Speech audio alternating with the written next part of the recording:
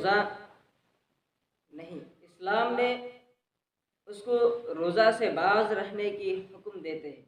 दूसरा, तरावीह के बगैर रोज़ा होगा या नहीं।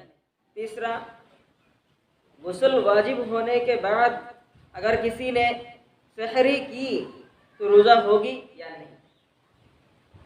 चौथी, रमज़ान महीने में वो कौन सी वक्त है जिसमें दुआ कबूल होते हैं, कबूलियत के वक्त, उसके बारे में मैं बताऊंगा इंशाअल्लाह। तो पहले सवाल था वो कौन सी शख्स है जिसके लिए इस्लाम ने रोज़ा से बाज रहने की हुक्म देता है और उसके लिए रोज़ा नहीं। तो इसके लिए बताता हूँ कि रोज़ा तो सबके लिए फ़र्ज़ है, ये हम सब जानते हैं, क्योंकि रोज़ा one of the 5 pillars of Islam, इस्लाम के 5 बुनियाद के एक बुनियाद है रोज़ा। जैसा बुनियाद इस्लाम अला खम्सिन, शहादत अल्लाह इलाहा इल्लल्लाह व अन्ना मुहम्मदन अब्दुहु व रसूलुहु व इक़ामिस सलात व ईताइज़ ज़कात वल हज्ज व सौम रमज़ान। ये तो पहली बात कि रोज़ा किसके लिए रखना नहीं रखना चाहिए, कौन रोज़ा से बाज रह सकता है। और नाबालिग पर इस्लाम ने रोज़ा के हुक्म नहीं देते, क्योंकि नाबालिग पर जब वो 7 या 8वें साल का हो, अगर वो रोज़ा रखना चाहता है तो रोज़ा रख सकता है, उसको रखने के लिए, सीखने के लिए रोज़ा रखने के लिए दे। लेकिन अगर 10 साल हो गया तो वो बालिग हो गया, उसको रोज़ा रखना ही होगा। और औरतों के पीरियड के वक्त वो रोज़ा नहीं रख सकता। अगर वो रखने के लिए रखना चाहते हैं तब भी वो नहीं रख सकता, इसलिए कि इस्लाम उसको रोज़ा से बाज रहने की हुक्म देता है और फिर क़ज़ा करना पड़ेगा। और कोई मुसाफिर अगर रोज़ा रखना चाहता है तो वो रख सकता है, अगर नहीं रखना चाहता है तो वो मुसाफिर के लिए भी इस्लाम ने रोज़ा से बाज रहने की हुक्म देता है। अगर वो रखना चाहता है तो रोज़ा रख सकता है, उसके लिए कोई मसला नहीं। अगर नहीं रखना चाहता हो तो इस्लाम उसके आसानी के लिए हुक्म देता है कि वो नहीं रखे। अगर चाहे रख सकता है। और शेख फानी, बूढ़ा,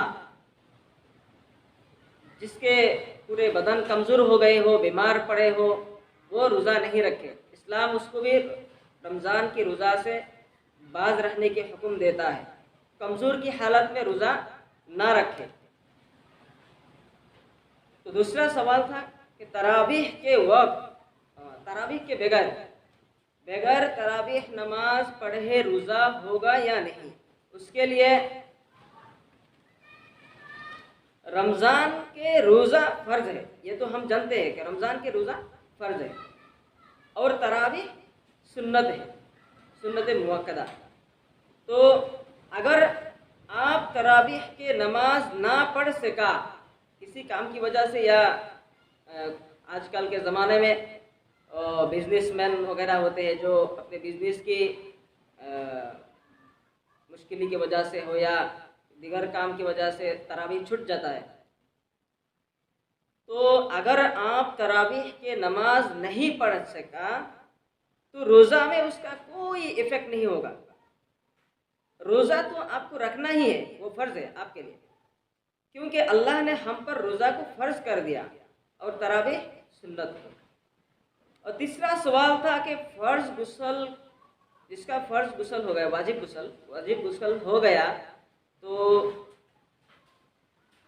उसके लिए सहरी करना या फ़र्ज़ गुस्ल के हालत में सहरी करने के बाद रोज़ा होगा या नहीं।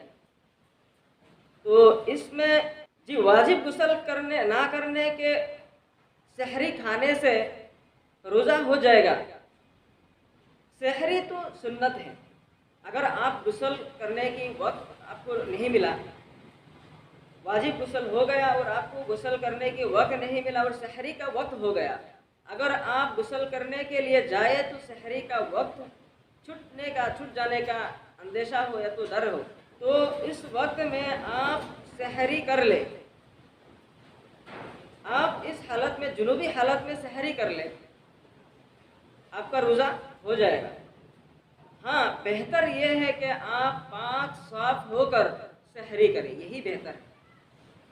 चौथी सवाल थी कि दुआ की, रमज़ान महीना में कौन सी वक्त है जिसमें दुआ कबूल होते हैं, दुआ की कबूलियत के वक्त कौन सी है। उसमें दो वक्त पाए जाते हैं जिसमें दुआ कबूल होते हैं।